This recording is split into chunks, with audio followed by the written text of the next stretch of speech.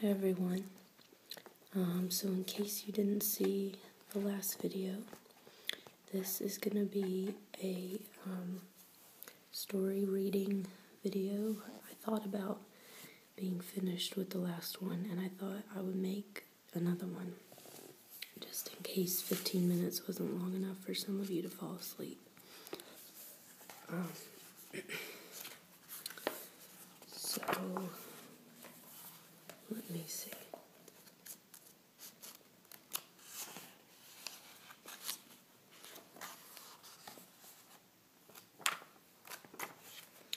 I just love this book so much.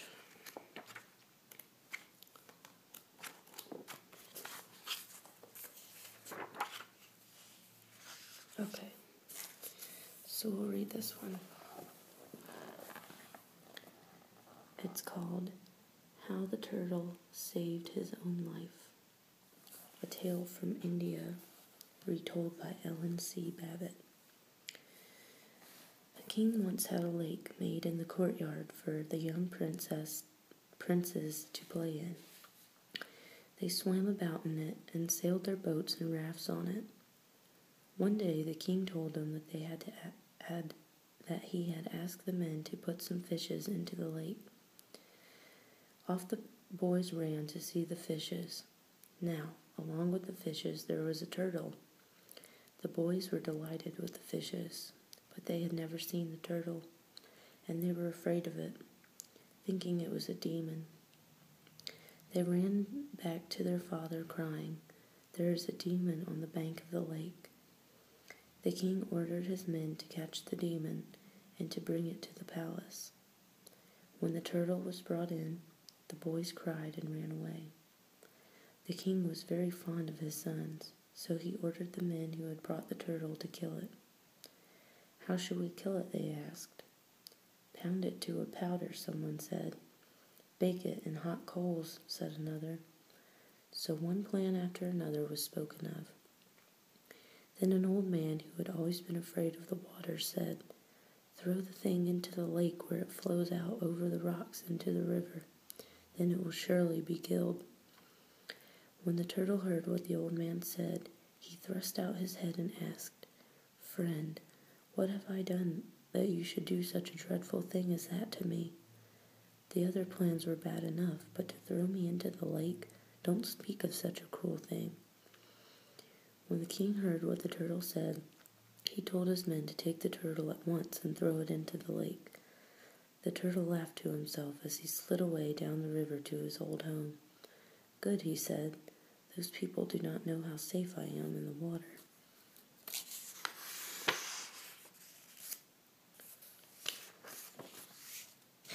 And that was it, I guess. And we got the Velveteen Rabbit.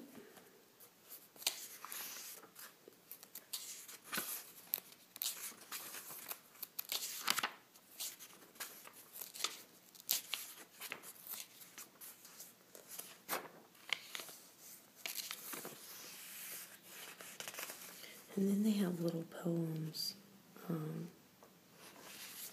after each story that are like related to it.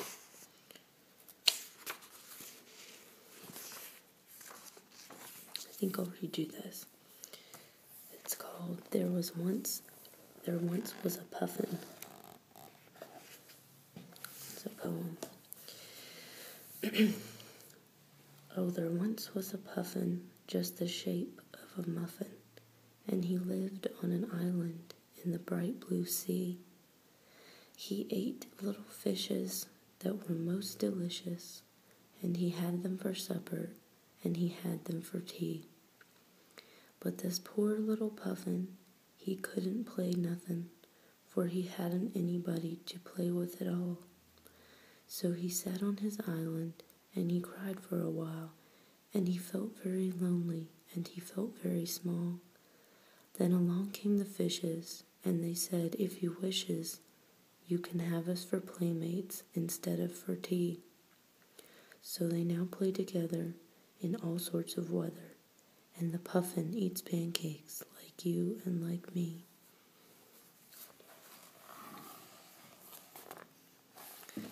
Again, very silly, but I like it.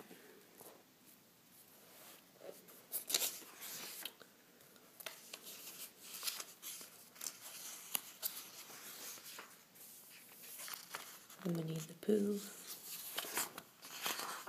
I love Winnie the Pooh. Maybe I'll read that another time. Such a good story.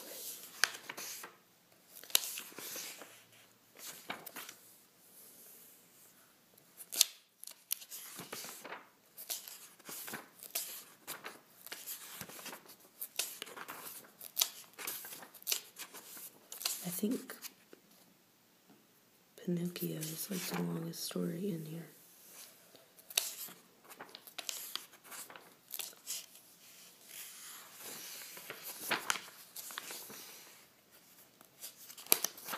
Okay, I like this one.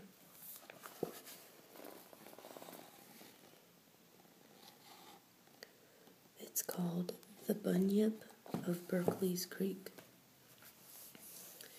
Late one night, for no particular reason, something stirred in the black mud at the bottom of Berkeley's Creek.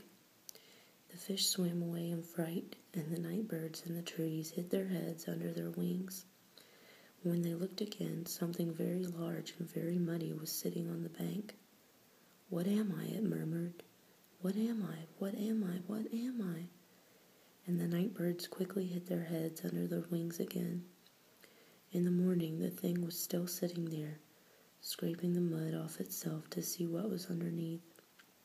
"What am I?" it kept saying. "What am I?" But the night birds were all asleep. A passing platypus solved the problem. "You are a bunyip," he said. And as a footnote, it says that a bunyip is a legendary Australian animal.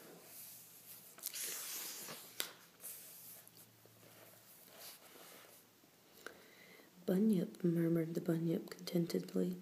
"Bunyip." Then he sat up straight and called out, "What do I look like?" But the platypus had dived into the creek. "Am I handsome?" called the bunyip. "Am I?" But nobody answered him, and the bunyip went on sitting there for a long time, lost in thought. Presently a wallaby came by to drink at the creek. "What do bunyips look like?" asked the bunyip. "Horrible," said the wallaby. "They have webbed feet and feathers." "Fine, handsome feathers," said the bunyip hopefully. "Horrible feathers," said the wallaby firmly, and finished her drink and hopped off.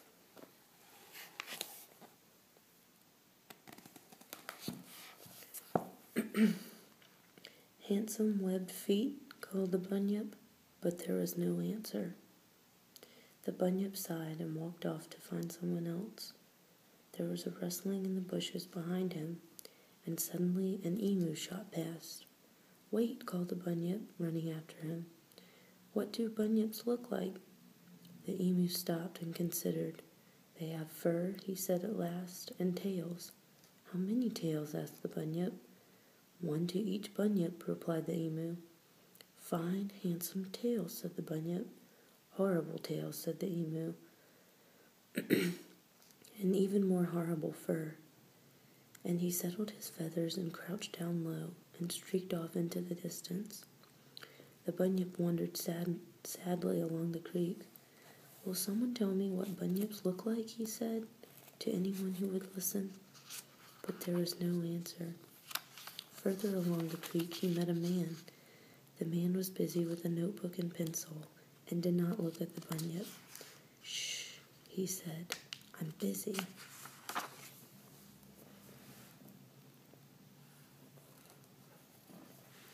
The bunyip waited for a long time, and then he said very slowly and clearly, "Can you please tell me what bunyips look like?"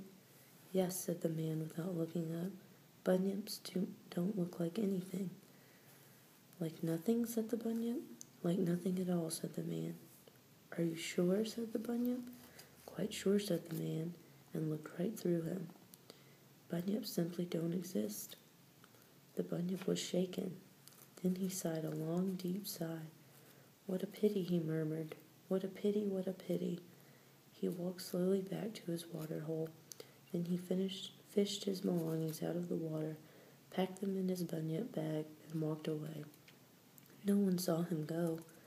The bunyip walked all day, and just as the sun was setting, he came to a quiet, still billabong. And a footnote is that a billabong is a small pond or lake, a pond or small lake. "This will do," said the bunyip himself. "No one can see me here. I can be as handsome as I like." And he unpacked his bag and laid his bunyip comb and mirror out on the sand and put his billy on to boil. Footnote is that a billy is a can for cooking over an open fire. But late that night, no one saw him and no one spoke to him. But late that night, for no particular reason, something stirred in the black mud at the bottom of the billabong. The bunyip put his comb down in surprise and stared. Something very large and very muddy was sitting on the bank. "What am I?" it murmured. "What am I? What am I?" The bunyip jumped up in delight. "You are a bunyip," he shouted. "Am I? Am I really?" asked the other bunyip. And then, "What do I look like?" "You look just like me," said the bunyip happily, and he lent her his mirror to prove it.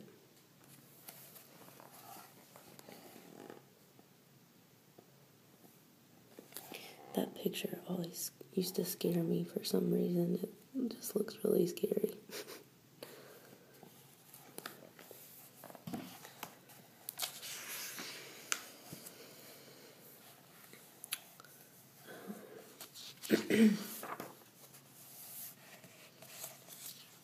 Alice in Wonderland. This one's pretty long too. This might be longer than Pinocchio. Okay, let's just read some poems about mice. Who is So Pretty by Elizabeth Coatsworth. Skitter scatter, leap and squeak, we've been dancing half of the week. Under the sofa, along the shelf, every mouse is wild as an elf. Big round ear and bright black eye, nimble and natty, limber and spry. Who is so pretty, who is so neat, as a little mouse dancing on little gray feet? And then this one is Mice by Rose Fileman. I think mice are rather nice. Their tails are long, their faces small, they haven't any chins at all. Their ears are pink, their teeth are white, they run about the house at night. They nibble things they shouldn't touch, and no one seems to like them much, but I think mice are nice.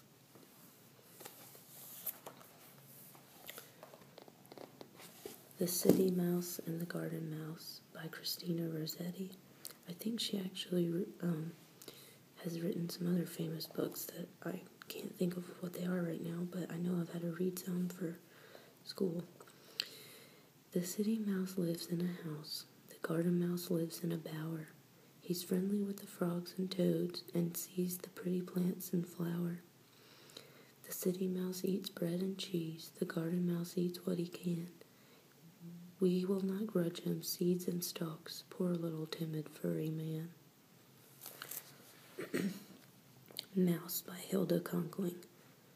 Little mouse in gray velvet, have you had a cheese breakfast? There are no crumbs on your coat. Did you use a napkin? I wonder what you had to eat, and who dresses you in gray velvet. That's kind of funny. And the last one, The House of the Mouse by Lucy Sprague Mitchell. The house of the mouse is a wee little house, a green little house in the grass, which big clumsy folk may hunt and may poke and still never see as they pass. This sweet little, neat little, wee little green little, cuddle down hideaway house in the grass. So that was it, guys. If you found this video and you haven't seen the first one and you want this to be longer so you can try to get to sleep, then see the first video before this. But otherwise, I hope you're asleep by now, and I'll talk to you soon. Bye.